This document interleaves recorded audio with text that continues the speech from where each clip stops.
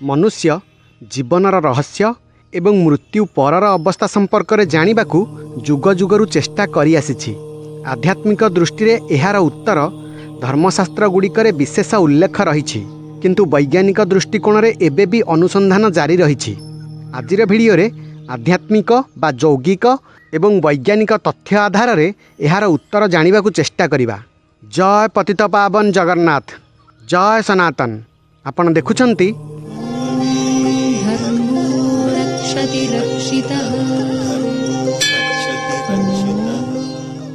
जीवन पुनर्जन्म एवं मृत्यु परर अवस्था जानिबा पूर्वरु प्रथमे बुझिबाकू पड़िबो मन कौन। विज्ञान अनुसार एही जगतर निर्माण 45 कोटी वर्ष पूर्वरु होईछि। एही समय भितरे अनेक थर मानव प्रजातिर जन्म होईछि एवं विनाश मध्य होईछि। वर्तमान जीवित मानव प्रजातिर जन्म प्रायतः 2 लाख वर्ष पूर्वरु होईछि।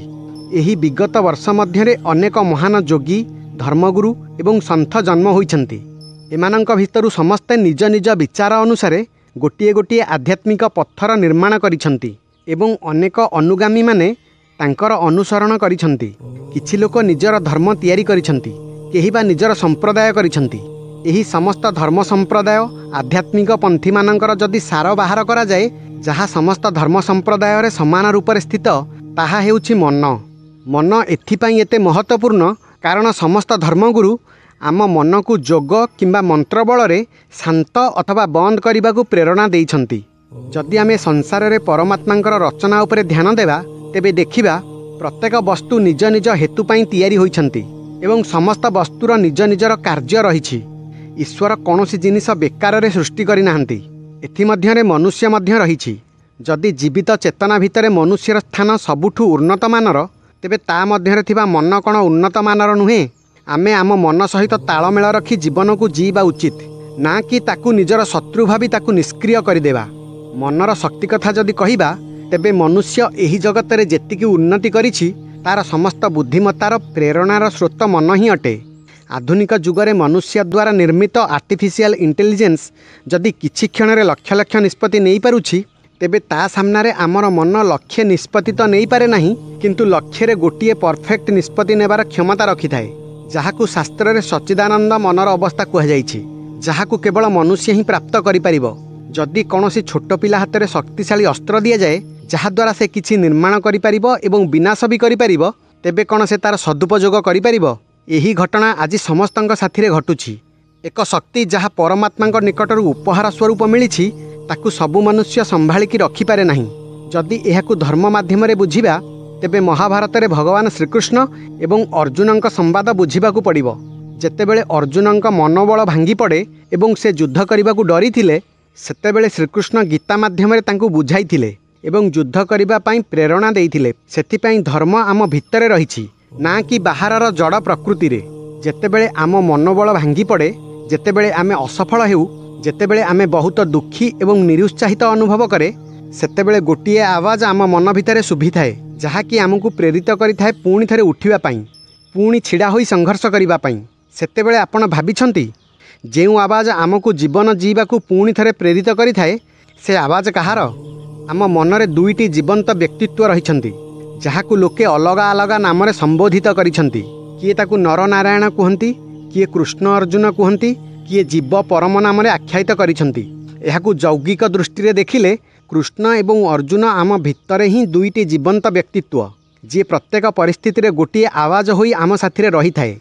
जदि कौनसी धर्मगुरु एही आवाज को निष्क्रिय करने को चेष्टा करिथांती, तेबे भाबंतु परमात्मा द्वारा दिया जाइथिबा मनुष्यर मन, जहाँ प्रत्येक मनुष्यर शक्ति अटे, ताकू निष्क्रिय करने द्वारा कहार क्षति हब? जदि एही मन बेकार जिनिस होइथांता, तेबे ईश्वर मनुष्य को देइथांते काहींकी? सेथिपई आमे मन को निष्क्रिय न करी ताकू बुझी ता सहित तालमेल रखिबा उचित। कारण जन्म, मृत्यु, कर्म, पुनर्जन्म एवं मोक्ष एही मनर प्रक्रिया द्वारा होइथाए। आधुनिक विज्ञान अनुसार मनर दुईटी शक्ति अछि, गोटिए हेउछि कल्पना एवं द्वितीय हेउछि चिंता करिबा। विज्ञान अनुसार मनुष्य दुईटी डायमेंशन रे जी थाए, गोटिए बाह्य जगत जहाँ प्रकृतिर नियम रे चली थाए, अन्यटी आमर मन जहाँ एही ब्रह्मांडर गोटिए भाग, जहाँ को धर्म अहं ब्रह्मास्मि बोली संबोधित करि थाए। जेतेबेले व्यक्तिर मृत्यु हुए, सेतेबेले से अन्य एक डायमेंशन को चली जाए, ଯାହାକୁ ଶାସ୍ତ୍ରରେ ସ୍ୱପ୍ନ ଦୃଷ୍ଟି କୁହାଯାଇଛି। ସ୍ୱପ୍ନ ଦୃଷ୍ଟି ଅର୍ଥାତ୍ ବ୍ୟକ୍ତିର ସେହି ଅବସ୍ଥା ଯେଉଁଠି ବ୍ୟକ୍ତି ତାର ସମସ୍ତ ଇଚ୍ଛା ପ୍ରକୃତିର ନିୟମ ବିନା ପୂର୍ଣ୍ଣ କରିଥାଏ। ଏହି ପରିସ୍ଥିତି ଦୁଇ ପ୍ରକାର ହୋଇପାରେ। ଯିଏ ସାଂସାରିକ ହୋଇଥାଏ ସେ କର୍ମର ନିୟମ ନ ଜାଣି କର୍ମ କରିଥାଏ ଏବଂ ତା ଜୀବନର ଅସମ୍ପୂର୍ଣ୍ଣ ଇଚ୍ଛା ମୃତ୍ୟୁ ପରେ ଏପରି ଏକ ସ୍ୱପ୍ନ ଅବସ୍ଥା ଯେଉଁଠି ବିନା ଶରୀରରେ ଏବଂ ବିନା ପ୍ରକୃତିର ନିୟମରେ କର୍ମ କରିପାରେ ଏବଂ ନିଜ ଇଚ୍ଛା ଅନୁସାରେ ପରିସ୍ଥିତି ବଦଳାଇପାରେ। ଏହି ଅବସ୍ଥାରେ ପ୍ରତ୍ୟେକ ବ୍ୟକ୍ତିର ସ୍ଥିତି ଅଲଗା ଅଲଗା ହୋଇପାରେ। ଏହି ସ୍ଥିତି ବ୍ୟକ୍ତିର ସ୍ୱଭାବ ଏବଂ ଉଦ୍ଦେଶ୍ୟ ହିସାବରେ ହୋଇଥାଏ। ଆପଣ ଭାବନ୍ତୁ, ଏକ ଏପରି ବ୍ରହ୍ମାଣ୍ଡ ଯାହାର ମାଲିକ ଆମେ ନିଜେ। ଏହି ସ୍ଥିତି ବ୍ୟକ୍ତିର ସ୍ୱଭାବ ଏବଂ ଉଦ୍ଦେଶ୍ୟ ହିସାବରେ ହୋଇଥାଏ। ଆପଣ ଭାବନ୍ତୁ, ଏକ ଏପରି ବ୍ରହ୍ମାଣ୍ଡ ଯାହାର ମାଲିକ ଆମେ ନିଜେ ଏବଂ ଯାହା ବି ଇଚ୍ଛା ଆମେ ଚିନ୍ତା କରିବା, ଯାହା ବି କର୍ମ ଆମେ କରିବା, ତାହାର ଫଳ ଆମକୁ ପ୍ରକୃତିର ନିୟମର ବାଧା ବିନା ଆମକୁ ପ୍ରାପ୍ତ ହେବ। ଅର୍ଥାତ୍ ଏକ ଏପରି ଅବସ୍ଥା ଏବଂ ଏପରି ଦୁନିଆ ଯାହାର ଭଗବାନ ଆମେ ନିଜେ। ଏହି ସ୍ୱପ୍ନ ଦୃଷ୍ଟି ଅବସ୍ଥାରେ ବ୍ୟକ୍ତିକୁ ଏହା ଜଣାନଥାଏ କି କାର୍ମିକ ପ୍ରଣାଳୀ ସେଠାରେ ମଧ୍ୟ କାମ କରୁଥାଏ। ସାଂସାରିକ ବ୍ୟକ୍ତିକୁ ଏହା ମଧ୍ୟ ଜଣାନଥାଏ କି ଶରୀର ନିଷ୍କ୍ରିୟ ହୋଇସାରିଛି ଏବଂ ସେ ମନ ଭିତରେ ମନର ଡାଇମେନ୍ସନରେ ଜୀବିତ ଅଛି। ଏହାକୁ ବିଜ୍ଞାନ ଟ୍ରାନ୍ସେଣ୍ଡେଣ୍ଟାଲ ରିୟଲ୍ମ କୁହେ, ଅର୍ଥାତ୍ ବ୍ରହ୍ମଲୋକ ଆୟାମ। ଯେତେବେଳେ ବ୍ୟକ୍ତି କିଛି ନ ବୁଝି ନ ଶୁଝି ତାର ସମସ୍ତ ଇଚ୍ଛା ପୂରଣ କରିବାକୁ ଲାଗେ ଏବଂ ଅନନ୍ତ ବର୍ଷ ପର୍ଯ୍ୟନ୍ତ ଭୋଗ ବିଳାସ ଏବଂ ରାଜସିକତାର ଅନୁଭବ କରିଥାଏ, ସେତେବେଳେ ତାର ସମସ୍ତ କର୍ମ, ତାର ସମସ୍ତ ଉଦ୍ଦେଶ୍ୟ ଏବଂ ତାର ସମସ୍ତ ବିଚାର କାର୍ମିକ ପ୍ରଣାଳୀ ଅନୁସାରେ ଅଙ୍କିତ ହୋଇଯାଏ। ଏହି ପ୍ରଣାଳୀ ସେହି ଜୀବନ୍ତ ଚେତନାକୁ ତାର କର୍ମ ଅନୁସାରେ ଭୂଲୋକ ଡାଇମେନ୍ସନର ଯୋନିରେ ପ୍ରବେଶ କରାଇ ଦିଏ, ଯାହାକୁ ପୂର୍ବଜନ୍ମର କର୍ମ ଅନୁସାରେ ମିଳିଥିବା ଏକ ନୂଆ ଜନ୍ମ କୁହାଯାଏ, ଯାହାକୁ ତୈତେରୀୟ ଉପନିଷଦ ଏବଂ ବୃହଦାରଣ୍ୟକ ଉପନିଷଦରେ ପୁନର୍ଭବ ଅଥବା ପୁନର୍ଜନ୍ମ କୁହାଯାଏ। ଭଗବତ ଗୀତା ଅନୁସାରେ ସାଂସାରିକ ବ୍ୟକ୍ତି ନିଜର କର୍ମର ଆଧାରରେ ବିଭିନ୍ନ ଯୋନିରେ ଜନ୍ମ ନେଇଥାଏ, ଯେପରି ଦେବ ଯୋନି, ମନୁଷ୍ୟ ଯୋନି, ତ୍ରିୟକ ଯୋନି, ପିଶାଚ ଯୋନି, ପ୍ରେତ ଯୋନି ଇତ୍ୟାଦି। ଯିଏ ଯୌଗିକ ବ୍ୟକ୍ତି ବା ଆତ୍ମଜ୍ଞାନୀ ବ୍ୟକ୍ତି, ତାଙ୍କର ପରିସ୍ଥିତି ସାଂସାରିକ ବ୍ୟକ୍ତିଙ୍କ ଠାରୁ ଅଲଗା ହୋଇଥାଏ। ସେ ସ୍ୱପ୍ନ ଦୃଷ୍ଟି ଅବସ୍ଥାରେ ମଧ୍ୟ ଏକ ବ୍ରହ୍ମଚିତ୍ ଅବସ୍ଥାରେ ରହିଥାଏ, ଯାହାକୁ ବୈଜ୍ଞାନିକ ଭାଷାରେ ଆଷ୍ଟ୍ରାଲ ରିୟଲ୍ମ କୁହାଯାଏ। ଏହି ବ୍ରହ୍ମଚିତ୍ ଅବସ୍ଥାରେ ଯୌଗିକ ବ୍ୟକ୍ତି ଜାଗ୍ରତ ହୋଇ କର୍ମ କରିଥାଏ। ଅଦ୍ୱୈତ ବେଦାନ୍ତ ଅନୁସାରେ ବ୍ରହ୍ମ ଅର୍ଥାତ୍ ସତ୍ୟ, ଚିତ୍ ଅର୍ଥାତ୍ ଅବସ୍ଥା। ଭଗବତ ଗୀତା ଅନୁସାରେ ଯେତେବେଳେ ଆପଣଙ୍କୁ ସମସ୍ତେ ଦେଖୁଥାନ୍ତି ଏବଂ ଆପଣ କର୍ମ କରିଥାନ୍ତି, ତେବେ ତାହା ସତ୍କର୍ମ ନୁହେଁ। କିନ୍ତୁ ଯେତେବେଳେ ଆପଣଙ୍କୁ କେହି ଦେଖୁନଥାନ୍ତି ଏବଂ ଆପଣ କର୍ମ କରୁଥାନ୍ତି, ତେବେ ତାହା ସତ୍କର୍ମ। ଯେତେବେଳେ ଯୌଗିକ ବ୍ୟକ୍ତି ଶରୀର ଛାଡ଼ିଥାଏ, ତେବେ ସେ ବ୍ରହ୍ମଚିତ୍ ଅବସ୍ଥାରେ ମଧ୍ୟ ସେହି କର୍ମ କରିଥାଏ ଯାହା ସେ ଭୂଲୋକରେ କରିଥିଲା। ସେ ଏକ ଆନନ୍ଦମୟ ଚେତନା ସ୍ୱରୂପ ଏହି ବ୍ରହ୍ମାଣ୍ଡରେ ବ୍ରହ୍ମଲୀନ ହୋଇଯାଏ। ବ୍ରହ୍ମଲୀନ ହେବା ଅର୍ଥାତ୍ ଏହି ପରମାତ୍ମାଙ୍କ ବ୍ରହ୍ମାଣ୍ଡରେ ଆନନ୍ଦରେ ବିଚରଣ କରି ନିଜ ଇଚ୍ଛା ଅନୁସାରେ ନିଜ ପସନ୍ଦରେ ଯେକୌଣସି ଲୋକରେ ଯେକୌଣସି ଯୋନିରେ ଜନ୍ମ ନେବା। ମନୁଷ୍ୟ ଶରୀର ପ୍ରକୃତିର ନିୟମରେ ବନ୍ଧା। ଯେତେବେଳେ ବ୍ୟକ୍ତି ଏହି ନିୟମରୁ ମୁକ୍ତ ହୋଇଥାଏ, ତେବେ ସେ ଅଦ୍ଭୁତ କାର୍ଯ୍ୟ କରିପାରେ, ଯାହା ଜଣେ ସାଧାରଣ ବ୍ୟକ୍ତି ପ୍ରକୃତିର ନିୟମରେ ବାନ୍ଧି ହୋଇ କରିପାରିନଥାଏ। ଉଦାହରଣ ସ୍ୱରୂପ, ମନୁଷ୍ୟ ବ୍ରହ୍ମାଣ୍ଡରେ ବିଚରଣ କରିବାର ଗୋଟିଏ ସୀମା ଅଛି, କାରଣ ସେ ପ୍ରକୃତିର ନିୟମରେ ବନ୍ଧା। ଯୋଗଶାସ୍ତ୍ର ଅନୁସାରେ ମନୁଷ୍ୟ ଯେତେବେଳେ ତାର ଚେତନାକୁ ଶରୀରରୁ ବାହାର କରିଥାଏ, ତେବେ ସେ ବ୍ରହ୍ମାଣ୍ଡରେ ଯେକୌଣସି ସ୍ଥାନକୁ ଯାଇପାରେ। ବିଜ୍ଞାନର କିଛି ସୀମା ଅଛି, କିନ୍ତୁ ଏହି ଚେତନା ସ୍ୱରୂପ ଶକ୍ତିର କୌଣସି ସୀମା ନାହିଁ। ସେ ଅନେକ ସ୍ଥାନକୁ ଯାଇପାରେ, କୌଣସି ଶରୀରର ଇନ୍ଦ୍ରିୟକୁ ଅନୁଭବ କରିପାରେ ଏବଂ ଅନନ୍ତ କାଳ ପର୍ଯ୍ୟନ୍ତ ବ୍ରହ୍ମାଣ୍ଡରେ ଧ୍ୟାନମଗ୍ନ ଅବସ୍ଥାରେ ଭ୍ରମଣ କରିପାରେ। ଆସନ୍ତୁ ଜାଣିବା, କିଛି କାଳ ସ୍ୱପ୍ନ ଦୃଷ୍ଟି ଅବସ୍ଥାରେ ଭ୍ରମଣ କରିବା ପରେ ବ୍ୟକ୍ତି ସେହି ଡାଇମେନ୍ସନରୁ କେବେ ବାହାରକୁ ଆସେ ଏବଂ ତାର ଜନ୍ମ କିପରି ନିର୍ଦ୍ଧାରିତ ହୋଇଥାଏ। ନିର୍ଦ୍ଧାରିତ ହେବା ଅର୍ଥାତ୍ ସେହି ବ୍ୟକ୍ତିର ଜନ୍ମସ୍ଥାନ, ଜନ୍ମ ଯୋନି ଏବଂ ଉଦ୍ଦେଶ୍ୟ। ଏହି ସମସ୍ତ ଜିନିଷ ଜନ୍ମ ପୂର୍ବରୁ କିପରି ନିର୍ଦ୍ଧାରିତ ହୁଏ? ମନୁଷ୍ୟର ପୁନର୍ଜନ୍ମ ତିନୋଟି ଜିନିଷରେ ନିର୍ଦ୍ଧାରିତ ହୋଇଥାଏ: ସଂସାର, ଉଦ୍ଦେଶ୍ୟ ଏବଂ କର୍ମ। ସଂସାର ସନାତନ ଧର୍ମ ଅନୁସାରେ ଏକ କାର୍ମିକ ଯୋଜନା ହୋଇଥାଏ, ଯାହା ବ୍ୟକ୍ତିର ବିଚାର ଇଚ୍ଛା ଏବଂ ଜନ୍ମ ମୃତ୍ୟୁରେ କରିଥିବା କର୍ମର ହିସାବ ରଖିଥାଏ। ଏହି ସଂସାର ପ୍ରଣାଳୀ ବ୍ୟକ୍ତିର ସମସ୍ତ କର୍ମ, ଇଚ୍ଛା, ବିଚାର ଏବଂ ବିଚାରର ଶୁଦ୍ଧତା ଆଧାରରେ ତାକୁ ଏହି ସଂସାରକୁ ବାରମ୍ବାର ପଠାଏ। ଏହାକୁ ସଂସାର ବା ଜନ୍ମ ମୃତ୍ୟୁର ଚକ୍ର କୁହାଯାଏ।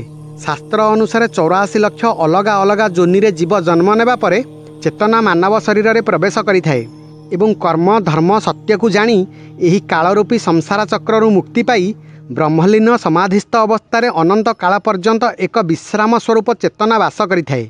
ଦ୍ୱିତୀୟ, ବ୍ୟକ୍ତିର ଉଦ୍ଦେଶ୍ୟ। ଯଦି କୌଣସି ବ୍ୟକ୍ତି ପାଖରେ ଧନ, ବୁଦ୍ଧିମତ୍ତା କମ୍ ଅଛି, ତଥାପି ତାର ସୁଖୀ ଜୀବନର ସମ୍ଭାବନା ଅଧିକ ହୋଇଥାଏ। କିନ୍ତୁ ତାର ଯଦି ଉଦ୍ଦେଶ୍ୟ ଖରାପ ହୋଇଥାଏ, ବିଚାର ଦୂଷିତ ହୋଇଥାଏ, ତେବେ ହୁଏତ ତାକୁ ଭଲ କର୍ମ କରିବାର ସୁଯୋଗ ମଧ୍ୟ ମିଳି ନପାରେ ଏବଂ ସେ ତାର ଖରାପ ଉଦ୍ଦେଶ୍ୟ ପାଇଁ ଦୁଃଖ ମଧ୍ୟ ପାଇପାରେ। ଆମର ସମସ୍ତ ବିଚାରର ଅଲଗା ଅଲଗା କମ୍ପନ ହୋଇଥାଏ। ସେଥିପାଇଁ ପ୍ରତ୍ୟେକ ବ୍ୟକ୍ତିର ଦୃଷ୍ଟିରେ ଏହି ଜଗତର ବାସ୍ତବିକତା ଭିନ୍ନ ଭିନ୍ନ ହୋଇଥାଏ। ପ୍ରତ୍ୟେକଙ୍କର ଆଧ୍ୟାତ୍ମିକତା ଅଲଗା ପ୍ରକାର ହୋଇଥାଏ। ଯେମିତି ବାହାରେ ଗୋଟିଏ ଅନନ୍ତ ବ୍ରହ୍ମାଣ୍ଡ ଅଛି, ସେମିତି ମନୁଷ୍ୟର ମସ୍ତିଷ୍କ ବ୍ରହ୍ମାଣ୍ଡର ଗୋଟିଏ ଛୋଟିଆ ଅଂଶ। ସେ ବ୍ରହ୍ମାଣ୍ଡ ସହିତ କମ୍ପନ ମାଧ୍ୟମରେ ଯୋଡ଼ି ହୋଇଛି।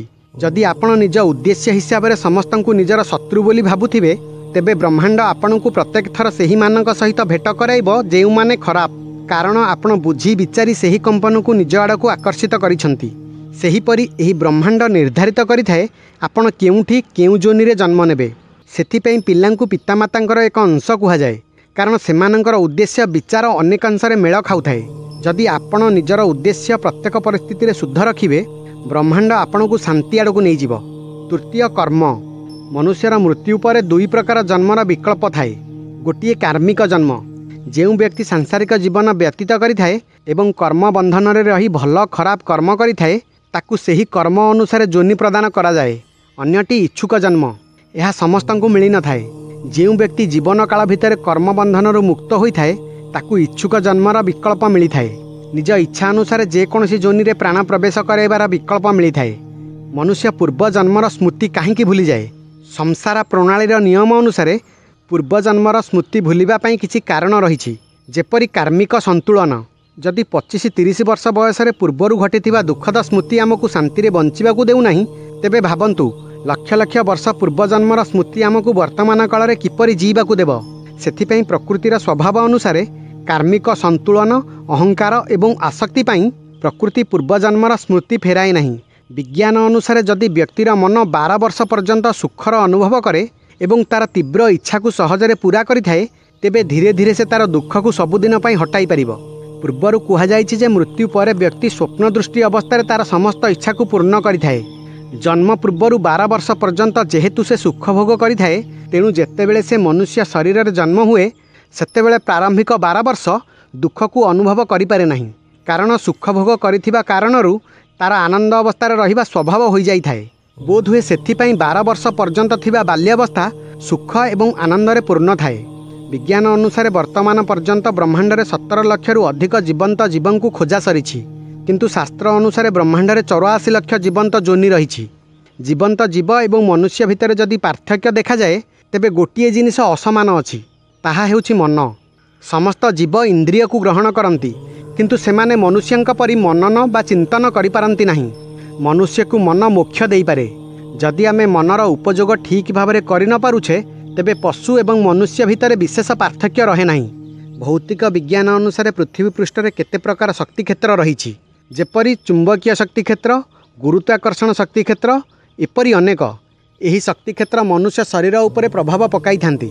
ଆପଣ ଅନୁଭବ କରିଥିବେ ଏମିତି କିଛି ସ୍ଥାନ ରହିଛି ଯେଉଁଠି କିଛି ସମୟ ବିତାଇବା ପରେ ଆମକୁ ସକାରାତ୍ମକ ଏବଂ ପବିତ୍ର ଅନୁଭବ ହୁଏ। ଏହା ପଛରେ ଥିବା କାରଣ ଏଇଆ ଯେ ଏହି ଭୂମିରୁ ଏମିତି କିଛି ଶକ୍ତି ଉପରକୁ ଉଠୁଛି ଯାହା ମନୁଷ୍ୟ ଶରୀରର ଶକ୍ତିକୁ କିଛି କ୍ଷଣ ଉପରକୁ ଉଠାଇ ନିଏ। ସେଥିପାଇଁ ଆମକୁ କିଛି ଅଲଗା ଅନୁଭବ ହୋଇଥାଏ। ଏବେ ମଧ୍ୟ କିଛି ବ୍ୟକ୍ତି ନଡ଼ିଆ ମାଧ୍ୟମରେ ଏଭଳି ଶକ୍ତି କ୍ଷେତ୍ରକୁ ଖୋଜନ୍ତି ଯେଉଁଠି ଶକ୍ତି ଉପର ଆଡ଼କୁ ଗତି କରୁଥାଏ। ଏଭଳି କ୍ଷେତ୍ର ମିଳିବା ପରେ ଶାନ୍ତି ଏବଂ ଅନୁକୂଳ ବାତାବରଣରେ ପ୍ରାଣମୁଦ୍ରାରେ ଶାନ୍ତ ହୋଇ ବସି ପ୍ରଥମେ କିଛି ମିନିଟ୍ ନିଜ ଶ୍ୱାସ ପ୍ରଶ୍ୱାସ ଉପରେ ଧ୍ୟାନ ଲଗାଇଲେ ଆପଣ ଧ୍ୟାନ ଅବସ୍ଥାକୁ ଚାଲିଯିବେ। ଏପରି କ୍ଷେତ୍ରରେ ବସିବା ଅର୍ଥ ଏଇଆ ଯେ ନିଜର ମୂଳାଧାର ଚକ୍ରଠୁ ଉପର ସହସ୍ରାର ଚକ୍ର ପର୍ଯ୍ୟନ୍ତ ପ୍ରାଣଶକ୍ତି ବାହ୍ୟ ଶକ୍ତି ପ୍ରଭାବରେ ଗୋଟିଏ ଦିଗରେ ଗତି କରାଇବା। ଯେତେବେଳେ ପ୍ରାଣଶକ୍ତିକୁ ଅନେକ ସମୟ ଲାଗେ ଏହି କାର୍ଯ୍ୟ କରିବାକୁ, କିନ୍ତୁ ଏଭଳି ସ୍ଥାନରେ କିଛି କ୍ଷଣରେ ହୋଇଯାଏ। ବୋଧହୁଏ ଏହି କାରଣ ପାଇଁ ପୁରାତନ କାଳରେ ଯୋଗୀମାନେ କିଛି ନିର୍ବାଚିତ ସ୍ଥାନରେ ହିଁ ତପସ୍ୟା କରୁଥିଲେ। ଏହିପରି ଆମକୁ ଧ୍ୟାନ ଅବସ୍ଥାକୁ ଆସିବା ପରେ ଆମକୁ ମନର ଊର୍ଦ୍ଧ୍ୱକୁ ଯିବାକୁ ପଡ଼ିବ। ସେଥିପାଇଁ ଆମ ମନରେ ଆସୁଥିବା ସମସ୍ତ ବିଚାରର ଆବାଜକୁ ଆମେ କେବଳ ଜଣେ ଶ୍ରୋତା ଭଳି ଶୁଣିବାକୁ ପଡ଼ିବ। ସେହି ବିଚାରର ଆବାଜକୁ ଉତ୍ତର ଦେବାର କୌଣସି ଆବଶ୍ୟକତା ନାହିଁ କିମ୍ବା କୌଣସି ନୂଆ ବିଚାର ଆଣିବାକୁ ଚେଷ୍ଟା କରିବା ଆବଶ୍ୟକତା ନାହିଁ। ଯେମିତି ଆମେ କୌଣସି ସଙ୍ଗୀତ ଶୁଣୁଛେ, ଧୀରେ ଧୀରେ ଏହି ବିଚାରର ଆବାଜ କମ୍ ହେବାକୁ ଲାଗିବ। ଯେତେବେଳେ ବିଚାର ଶାନ୍ତ ହେବ, ଏହି ଶକ୍ତି ଊର୍ଦ୍ଧ୍ୱକୁ ଉଠିବ। ଯେହେତୁ ସଂସାରର ସମସ୍ତ ପଦାର୍ଥ, ସମସ୍ତ ଅଣୁପରମାଣୁ ଏକ ଶାନ୍ତ ଏବଂ ମୋକ୍ଷ ଅବସ୍ଥାରେ ଅଛନ୍ତି ଏବଂ ଏହି ଶକ୍ତି ଯେତେବେଳେ ଶରୀରଠୁ ବାହାର ଚକ୍ରର ସଂସ୍ପର୍ଶରେ ଆସିବ, ତେବେ ଗୋଟିଏ ଶବ୍ଦ ଶୁଣାଯାଇଥାଏ।